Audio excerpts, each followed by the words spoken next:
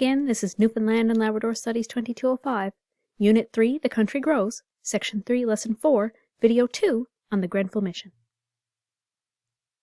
In the summer of 1892, a young medical missionary, Wilfred Thomason Grenfell, traveled to Labrador with a mission to deep-sea fishermen, or MDSF.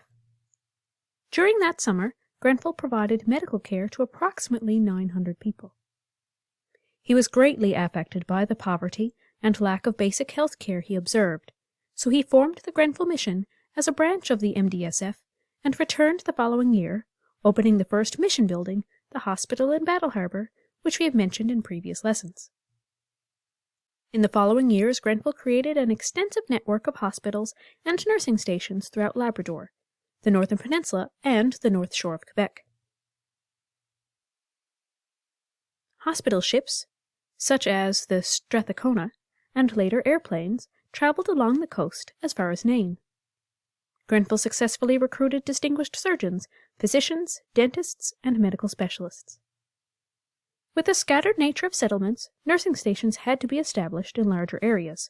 From these stations, nurses traveled by foot, dog sled, and later by snowmobile and airplane to visit patients who could not travel. Nurses also had non-medical duties, such as tending gardens, raising hens, housekeeping, and dentistry. Those were some great nurses. Now let's talk about funding and expansion.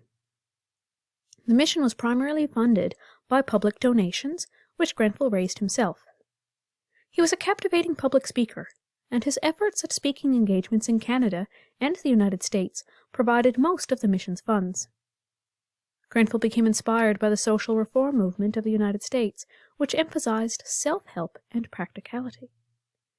This spurred expansion into schools, an orphanage, an industrial department, cooperative associations, and land-based industries, all in an attempt to diversify the northern economy.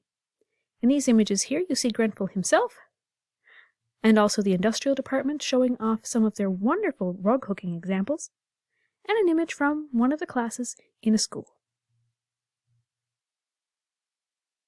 The Grenfell Mission separated from the MDSF in 1914 and became the International Grenfell Association, or IGA.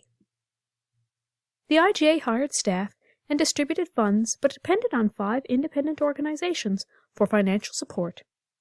These organizations raised money by hosting lectures, selling Christmas cards, postcards, and goods from the industrial department.